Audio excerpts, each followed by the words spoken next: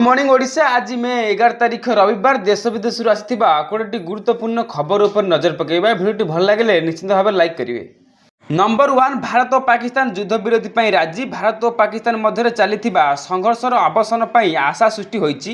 America मध्यस्थता युद्ध विरोधी पर उभय पक्ष राजी होता अमेरिका राष्ट्रपति डोनाल्ड ट्रंप एक्स रे सूचना देते। अमेरिका राष्ट्रपति डोनाल्ड ट्रंप एक्स रे से लिखिं सारा रातिक कथबार्ता पर अमेरिका मध्यस्थता पर भारत और पाकिस्तान संपूर्ण तुरंत युद्ध विरोधी पर राजी होती। नंबर 2 सीमार गुलीमाड़। पाक सीमार प्राण हराइथिबा लोकंक परिवार को 10 लाख टंकार अनुकंपा राशि घोषणा। पाकिस्तान गुलीमाड़ प्राण हराइथिबा साधारण नागरिकों परिवार को 10 लाख टंका सहायता। सीमावर्ती अंचल में पाकिस्तान सेनार गुली रे जीवन हराइथिबा मृतकों परिवार को 10 लाख टंका अनुकंपा राशि मूलक प्रदान करने को घोषणा करिसेंती जम्मू काश्मीर मुख्यमंत्री ओमार अब्दुल्ला। नंबर 3 श्रीमंदिर चारिद्वार समस्त डीएफएमडी अचल हाथ मारी जांच करुच्ची पुलिस। श्रीमंदिर चारिद्वार समस्त DFMD door frame metal detector machine अचल हो पड़ी। सिंहद्वार 5टी अन्य 3 द्वार 3टी डीएफएमडी निष्क्रिय अवस्था बेले हाथ मारी जांच करुच्ची पुलिस। श्रीमंदिर भितर को समस्त प्रवेश पथर मेसीन लगी। सिंहद्वार 5टी लेनो 5टी अचल मेसीन भितर प्रवेश कर श्रीमंदिर भितर को जाउछंती। हेले अन्य 3 द्वार ठारे 3टी अचल मेसीन पार्श्व दे श्रद्धालु प्रवेश करुवा देखा मिली। मास मास धरी यह अचल मेसीन चारिद्वार लगी बेले यार मरामती किंतु गणमाध्यम को तथ्य देवा बेले यह मेसीन अचल थिबा नै पुलिस भूल सूचना प्रदान करुवा जना पड़ी। नंबर 4 मिसाइल कम छाड़ुची किंतु मिछ अधिक कहूची आतंकी स्थान। दिल्ली एयरपोर्ट रे मिसाइल अटैक गुजब। भारतीय सेनार कड़ा जवाब पर पाकिस्तान संपूर्ण भाव विचलित हो पड़ी। प्रतिदिन पराजय आड़ को आगे चली पाकिस्तानी सेना एवं निजर सम्मान बचाई मिछर सहारा नापी आरंभ कर ऑपरेशन सिंदूर परठू एमती गोटे दिन भी ना जो दिन पाकिस्तानी सेना कौन नुआ मिछ कही।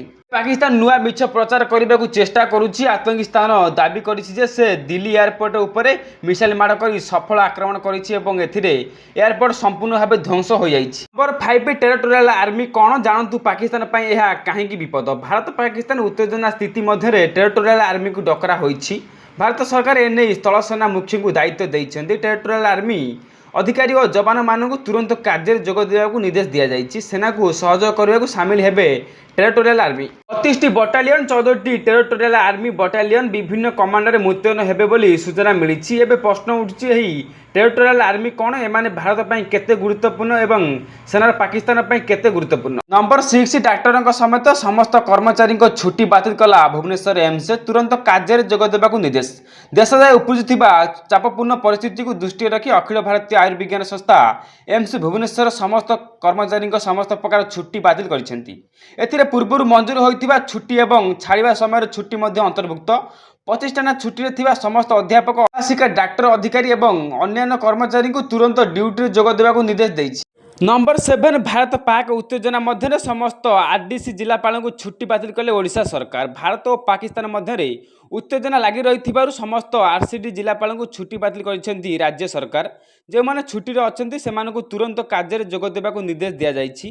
सांप्रतिक परिस्थिति में आउ छुट्टी दिज्व ना बोली चिठी उल्लेख रही। कौन सरकारी अफिसर को हेडक्वार्टर छाड़ा अनुमति दि जापर ना बोली सरकारी अतिरिक्त सचिव मनोज महांती चिठी लिखि जन। नंबर 8 समवाय ऋण में आसला संस्कार। 9 प्रकार ऋण पर नीति निर्धारण। राज्य में दि विभिन्न समवाय ऋण में आसला संस्कार। विशेषकर प्राथमिक कृषि समवाय समिति पाक्स क्यों ऋण पर केते टंका दे परिबो ताहा निर्धारित करा जाइछि। सेहिपरि क्यों ऋण बाबद केते टंका जिला केंद्रीय समवाय बैंक डीसीसी भी दे पारिबो ताहा मध्य स्थिर होइछि। एहिपरि 9 प्रकार ऋण और 3टी जमा बाबद समवाय विभाग नीति चूड़ांत करिछि। नुआ योजना अनुसार कुकुड़ा और बतक फार्म पई पाक्स और लांप गुड़िक 10 लाख टंका पर्यंत ऋण दे पारिबे। नंबर 9 ऑपरेशन सिंदूर। भारत आटाकार 5 कुख्यात आतंकी सफा। भारत पाकिस्तान मध्य उत्तेजना चरम सीमार रही। एहारी भितर मे 7 रे भारत करिथिबा ऑपरेशन सिंदूर रे 5टी टॉप आतंकी निपात होइछन्ति। भारत एयर स्ट्राइक रे निपात होइथिबा आतंकी का पूरा लिस्ट सामना को आसीछि। लश्कर आतंकी मुदासर खादियान खान अबू जिंदाल एवं सौज आतंकी हाजिफ मोहम्मद जमील सफा होती। नंबर 10 जीआई विश्वविद्यालय अग्निकांड। कोटी ऊर्ध्व टंका संपत्ति नष्ट अधारू बंद है ओजेई परीक्षा। रायगड़ा जिला गुणपुर स्थित जीआई विश्वविद्यालय सीएस विभाग कंप्यूटर लैब रे शनिवार अपराह्न अग्निकांड घटी। अग्निकांड प्राय କୋଟିରୁ ଉର୍ଦ୍ଧ୍ୱ ଟଙ୍କାର ସମ୍ପତ୍ତି ପୋଡ଼ି ନଷ୍ଟ ହୋଇଯାଇଛି। ଏହି ସମୟରେ ଓଜେଇ ପରୀକ୍ଷା ଚାଲୁଥିବାରୁ ଏହାକୁ ଅଧାରୁ ବନ୍ଦ କରାଯାଇଛି। ନମ୍ବର 11 ଭାରତ ପାକିସ୍ତାନ ମଧ୍ୟରେ 12 ତାରିଖ ପର୍ଯ୍ୟନ୍ତ ଅସ୍ତ୍ରବିରତି। ଭାରତ ଓ ପାକିସ୍ତାନ ମଧ୍ୟରେ ଚାଲିଥିବା ଆକ୍ରମଣ ପ୍ରତି ଆକ୍ରମଣରେ ଲାଗିଛି ବ୍ରେକ୍। ଅସ୍ତ୍ରବିରତି ପାଇଁ ରାତି ହେଉ ଉଭୟ ଦେଶ ଆସନ୍ତା 12 ତାରିଖ ପର୍ଯ୍ୟନ୍ତ ଅସ୍ତ୍ରବିରତି ଲାଗୁ ପାଇଁ ଦୁଇ ଦେଶ ସହମତି ପ୍ରକାଶ କରିଛନ୍ତି। ତତ୍କାଳ ଅସ୍ତ୍ରବିରତି ଲାଗୁ ହୋଇଛି, ତେବେ ଭାରତ ସର୍ତ୍ତ ଅନୁସାରେ ଏହି ଅସ୍ତ୍ରବିରତି ଲାଗୁ ହୋଇଥିବା ବେଳେ ସୂଚନା ମିଳିଛି। ଭାରତ ପକ୍ଷରୁ ସର୍ତ୍ତରେ କୁହାଯାଇଛି ଭାରତ ଉପରେ ଯେକୌଣସି ଆତଙ୍କବାଦୀ ଆକ୍ରମଣକୁ ଯୁଦ୍ଧ ବୋଲି ଧରାଯିବ। ସେହି ଅନୁସାରେ ଭାରତ କଡ଼ା ଜବାବ ଦେବ। ପ୍ରଧାନମନ୍ତ୍ରୀ ନରେନ୍ଦ୍ର ମୋଦିଙ୍କ ଅଧ୍ୟକ୍ଷତାରେ ବସିଥିବା ଉଚ୍ଚସ୍ତରୀୟ ବୈଠକରେ ଏହି ନିଷ୍ପତ୍ତି ନିଆଯାଇଛି। ନମ୍ବର 12 ବରମୁଣ୍ଡା ସ୍ଥିତ ସିଭିଲ ଡିଫେନ୍ସ ମୁଖ୍ୟାଳୟରେ ହଟଲାଇନ୍ ବ୍ୟବସ୍ଥା। ପହଲଗାମ ଆତଙ୍କବାଦୀ ଆକ୍ରମଣ ଓ ଭାରତ ପକ୍ଷରୁ ଅପରେସନ ସିନ୍ଦୁର ପରେ ଭାରତ ପାକିସ୍ତାନ ଯୁଦ୍ଧ ଭୟ ବଢ଼ିଛି। ଲଗାତାର ଭାବେ ସୀମାରେ ଗୁଳି ବିନିମୟ ଜାରି ରହିଛି। ଯୁଦ୍ଧ ଭୟ ଭିତରେ କେନ୍ଦ୍ର ସରକାର ଆଜି ରାଜ୍ୟମାନଙ୍କୁ ପତ୍ର ଲେଖି ବେସାମରିକ ପ୍ରତିରକ୍ଷା ସିଭିଲ ଡିଫେନ୍ସ ନିୟମ 1968 ଲାଗୁ କରିଛନ୍ତି। ଏଥିରେ ରାଜ୍ୟମାନଙ୍କୁ ପ୍ରଦାନ କରାଯାଇଥିବା ଜରୁରୀ କ୍ଷମତାକୁ କାର୍ଯ୍ୟକାରୀ କରିବା ପାଇଁ କୁହାଯାଇଛି। ରାଜ୍ୟ ମଧ୍ୟ ଏଥିପାଇଁ ଜୋରଦାର ପ୍ରସ୍ତୁତି ଆରମ୍ଭ କରିଛି। ରାଜ୍ୟରେ ବିଭିନ୍ନ ଜିଲ୍ଲା ପାଇଁ 100ଟି ନୂଆ ସାଇରନ୍ କିଣିବା ପାଇଁ ସରକାରଙ୍କୁ ପ୍ରସ୍ତାବ ଦିଆଯାଇଛି।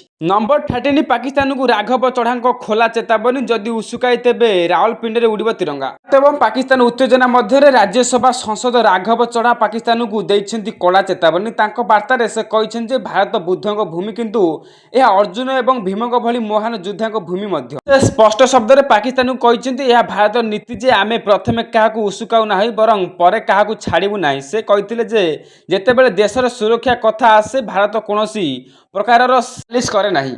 ନମ୍ବର 14 ଇନଷ୍ଟାଗ୍ରାମରେ ପାକିସ୍ତାନ ଜିନ୍ଦାବାଦ ଲେଖି ମହାରାଷ୍ଟ୍ରରୁ ଗିରଫ ହେଲେ କଲେଜ ଛାତ୍ରୀ। ମହାରାଷ୍ଟ୍ରର ପୁନେ ସ୍ଥିତ କୋଣ୍ଡାଲ ଅଞ୍ଚଳରେ ଜଣେ 19 ବର୍ଷୀୟ ଯୁବତୀ ଇନଷ୍ଟାଗ୍ରାମରେ ପାକିସ୍ତାନ ଜିନ୍ଦାବାଦ ଲେଖିବା ଅଭିଯୋଗରେ ପୁଲିସ ଗିରଫ କରିଛି। ଏହି ଛାତ୍ରୀ ଜଣକ ପୁନେର ଏକ କଲେଜରେ ଅଧ୍ୟୟନ କରୁଥିବା ବେଳେ ପୁଲିସ ତାଙ୍କ ବିରୋଧରେ ଭାରତୀୟ ଦଣ୍ଡ ସଂହିତାର ବିଭିନ୍ନ ଧାରା ଅନୁଯାୟୀ ମାମଲା ରୁଜୁ କରିଛି। ଏହି ଘଟଣାକୁ ନେଇ ସକଳ ହିନ୍ଦୁ ସମାଜ କର୍ମୀମାନେ ପ୍ରତିବାଦ କରିବା ସହ ଅଭିଯୁକ୍ତଙ୍କ ବିରୋଧରେ କଠୋର କାର୍ଯ୍ୟାନୁଷ୍ଠାନ ଦାବି କରିଥିଲେ। ନମ୍ବର 15 ଭାରତୀୟ ବାହିନୀକୁ ସତର୍କ କଲେ ସରକାର। ସୀମାରେ ଲକ୍ଷାଧିକ ଯବାନଙ୍କୁ ମୁତୟନ କଲାଣି ପାକିସ୍ତାନ। ସୀମାରେ ଲକ୍ଷାଧିକ ଯବାନ ମୁତୟନ କଲାଣି ପାକିସ୍ତାନ। ପାକିସ୍ତାନ ସୀମାର ଅଞ୍ଚଳକୁ ନିଜ ସୈନ୍ୟମାନଙ୍କୁ ସ୍ଥାନାନ୍ତର କରୁଛି। ଏନେଇ ଭାରତୀୟ ବାହିନୀକୁ ସତର୍କ କଲେ ସରକାର। ପାକିସ୍ତାନ ସୈନ୍ୟ ଗତିବିଧି ଆକ୍ରମଣାତ୍ମକ ଉଦ୍ଦେଶ୍ୟକୁ ସୂଚାଉଛି ବୋଲି ୱିଙ୍ଗ କମାଣ୍ଡର ବୋମିକା ସିଂ ଏବଂ କର୍ଣ୍ଣେଲ ସୋଫିଆ କୁଶେରୀ କହିଛନ୍ତି। ସରକାର କହିଛନ୍ତି ଯେ ପାକିସ୍ତାନ ସୀମାନ୍ତ ଅଞ୍ଚଳକୁ ନିଜ ସୈନ୍ୟମାନଙ୍କ ସ୍ଥାନାନ୍ତର କରୁଛି, ଯାହା 1999 କାର୍ଗିଲ ଯୁଦ୍ଧ ପରେ ପ୍ରଥମ ଥର ପାଇଁ ଏଭଳି ସୈନ୍ୟ ସମାବେଶ ଦେଖାଯାଉଛି। ତେବେ ଭାରତୀୟ ବାହିନୀ ସମ୍ପୂର୍ଣ୍ଣ ପ୍ରସ୍ତୁତ ଏବଂ ସତର୍କ ଅଛି। ନମ୍ବର 16 ଭବିଷ୍ୟତରେ ଯେକୌଣସି ଆତଙ୍କବାଦୀ ଆକ୍ରମଣକୁ ଯୁଦ୍ଧ ବୋଲି ବିବେଚନା କରାଯିବ। ଭାରତୀୟ ସରକାରଙ୍କ କଡ଼ା ନିଷ୍ପତ୍ତି। ପହଲଗାମ ହମଲା ପରେ ଭାରତ ପାକିସ୍ତାନ ଉତ୍ତେଜନା ବଢ଼ିଛି। ଅପରେସନ ସିନ୍ଦୁର ଦ୍ୱାରା ଭାରତ ନେଇଛି ପ୍ରତିଶୋଧ। ଭାରତ ମିସାଇଲ ମାଡ଼ରେ ଧରାଶାୟୀ ହୋଇଛି ପାକିସ୍ତାନୀ ଆତଙ୍କୀ। ସେପଟେ ପାକିସ୍ତାନ କିନ୍ତୁ ଲଗାତାର ଭାରତ ଉପରେ ଆକ୍ରମଣ କରିଚାଲିଛି। ଘନ ଘନ ଡ୍ରୋନ୍ ମାଡ଼ କରିବାକୁ ଚେଷ୍ଟା କରୁଛି। ତାର ସବୁ ଟାର୍ଗେଟକୁ ଧ୍ୱଂସ କରିଛି ଭାରତ। ଏହାରି ଭିତରେ ଆତଙ୍କବାଦୀ ବିରୋଧରେ ଭାରତ ସରକାରଙ୍କ ଗ୍ରହଣ କରିଛନ୍ତି କଠୋର ନୀତି। କହିଛନ୍ତି ଭବିଷ୍ୟତରେ ଯେକୌଣସି ଆତଙ୍କବାଦୀ କାର୍ଯ୍ୟକଳାପକୁ ଭାରତ ବିରୁଦ୍ଧରେ ଆକ୍ସନ ଅଫ୍ ୱାର ବା ଯୁଦ୍ଧ ଭାବରେ ବିବେଚନା କରାଯିବ। ସମାନ ଶକ୍ତି ଏବଂ ଗତିରେ ଏହାର ଜବାବ ଦିଆଯିବ। ନମ୍ବର 17 ଭାରତ ପାକ୍ ତିକ୍ତତା ମଧ୍ୟରେ ସମୁଦ୍ର ତଟବର୍ତ୍ତୀ ଅଞ୍ଚଳରେ ସୁରକ୍ଷା ବ୍ୟବସ୍ଥା କଡ଼ାକଡ଼ି କଲା ଓଡ଼ିଶା। ରାଜ୍ୟରେ ସମୁଦ୍ର ତଟବର୍ତ୍ତୀ ଅଞ୍ଚଳରେ ସୁରକ୍ଷା ବ୍ୟବସ୍ଥା କଡ଼ାକଡ଼ି କରାଯାଇଥିବା ନେଇ ମେରାଇନ୍ ଏଡିଜି ଅରୁଣ ବ୍ରୋଥା ସୂଚନା ଦେଇଛନ୍ତି। ମେରାଇନ୍ ଥାନାଗୁଡ଼ିକ ଆଲର୍ଟ କରାଯାଇଛି ଓ କୋଷ୍ଟଗାର୍ଡ ନେଭି ସହ ଯୋଗାଯୋଗ କରାଯାଇଛି ବୋଲି ସେ କହିଛନ୍ତି। ଡ୍ରୋନ୍ ସହିତ ମେରାଇନ୍ ପେଟ୍ରୋଲିଂ ସାଙ୍ଗରେ ଆର୍ମସ ଗାର୍ଡ ରଖାଯାଇଛି ଓ ସମସ୍ତ ମେରାଇନ୍ ଥାନା ଏନେଇ ସଜାଗ ରହିଛନ୍ତି ବୋଲି ସେ ଉଲ୍ଲେଖ କରିଛନ୍ତି। ସେହିପରି ପୂର୍ବତନ ଅଧିକାରୀମାନଙ୍କୁ କାର୍ଯ୍ୟରେ ଲଗାଯାଇଛି ବୋଲି ସୂଚନା ମିଳିଛି। ନମ୍ବର 18 ଲାହୋର ପାଖରେ ଉଡ଼ିଲା ଦୁଇଟି ବେସାମରିକ ବିମାନ। ଢାଲ ଭାବେ ବ୍ୟବହାର କରୁଛି ପାକିସ୍ତାନ। ଉତ୍ତର ଓ ପଶ୍ଚିମ ଭାରତ ବିଭିନ୍ନ ସ୍ଥାନରେ ଭାରତୀୟ ସଶସ୍ତ୍ର ବାହିନୀ ପାକିସ୍ତାନ ଡ୍ରୋନ୍ ଆକ୍ରମଣକୁ ବାଧା ଦେବା ସମୟରେ ପାକିସ୍ତାନ ଲାହୋର ନିକଟରେ ଦୁଇଟି ବେସାମରିକ ବାଣିଜ୍ୟିକ ବିମାନ ଉଡ଼ାଉଥିବା ଦେଖାଯାଇଥିଲା। ଡ୍ରୋନ୍ ଆକ୍ରମଣର ଜବାବ ଭାରତ ଦେବାର ସମ୍ଭାବନା ଥିବାରୁ ଏହି ବିମାନଗୁଡ଼ିକ ଢାଲ ଭାବରେ ବ୍ୟବହାର କରାଯାଉଛି। ଭାରତ ଶୁକ୍ରବାର ଉଲ୍ଲେଖ କରିଥିଲା ଯେ ପାକିସ୍ତାନ ଜାଣିଶୁଣି ବେସାମରିକ ବିମାନକୁ ଢାଲ ଭାବରେ ବ୍ୟବହାର କରିବା ପାଇଁ ତାର ଏୟାର ସ୍ପେସ୍ ବନ୍ଦ କରିନାହିଁ। ନମ୍ବର 19 ନିଶାମୁକ୍ତ ହୋଇପାରୁନି କ୍ୟାମ୍ପସ୍। କଲେଜଗୁଡ଼ିକ ପୁଣି ଥରେ ଉଚ୍ଚଶିକ୍ଷା ବିଭାଗର ଚିଠି। ଉଚ୍ଚଶିକ୍ଷାନୁଷ୍ଠାନ କ୍ୟାମ୍ପସ୍ ଡ୍ରଗ୍ସ, ତମାଖୁ ଓ ମଦ୍ୟପାନ ମୁକ୍ତ ସୁନିଶ୍ଚିତ କରିବାକୁ ଉଚ୍ଚଶିକ୍ଷା ବିଭାଗ ପକ୍ଷରୁ ପଦକ୍ଷେପ ନିଆଯାଇଛି। ସରକାରୀ ଓ ବେସରକାରୀ ଅନୁଦାନ ପ୍ରାପ୍ତ ମହାବିଦ୍ୟାଳୟମାନଙ୍କରେ ନିଶା ବାରଣ ହେବ। ନାର୍କୋଟିକ୍ କଣ୍ଟ୍ରୋଲ ବ୍ୟୁରୋ ପକ୍ଷରୁ ନିଆଯାଇଥିବା ପଦକ୍ଷେପ ସ୍ୱରୂପ ବିଶ୍ୱବିଦ୍ୟାଳୟରେ ଛାତ୍ରଛାତ୍ରୀଙ୍କୁ ନିଶା ସେବନଠାରୁ ଦୂରେଇ ରଖିବାକୁ କ୍ୟାମ୍ପସରେ ଶପଥ ପାଠ କରାଯିବ। ଏଥିସହ କଲେଜରେ ଥିବା ଜାତୀୟ ସେବା ଯୋଜନା NSS ଯୁବ ଡ୍ରଗ୍ସରେ ସ୍ୱେଚ୍ଛାସେବୀ ସହାୟତାରେ ସାଧାରଣ ଲୋକଙ୍କ ମଧ୍ୟରେ ନିଶା ବିରୋଧରେ ସଚେତନତା ସୃଷ୍ଟି କରାଯିବ। ନମ୍ବର 20 ଯୁଦ୍ଧ ପରିସ୍ଥିତି ପାଇଁ ଟ୍ରେନ୍ ଚଳାଚଳ ବାଧାପ୍ରାପ୍ତ। ପାକିସ୍ତାନ ସୀମାବର୍ତ୍ତୀ ଅଞ୍ଚଳରେ ରାତିରେ ଗଡ଼ିବନି ଟ୍ରେନ୍। ଯୁଦ୍ଧ ପରିସ୍ଥିତି ପାଇଁ ଟ୍ରେନ୍ ଚଳାଚଳ ବାଧାପ୍ରାପ୍ତ। ହୀରାକୁଦ ଏକ୍ସପ୍ରେସ୍ ଆଂଶିକ ବାଧାପ୍ରାପ୍ତ। ଅମୃତସର ଯାଏଁ ଗଡ଼ିବନି ହୀରାକୁଦ ଏକ୍ସପ୍ରେସ୍।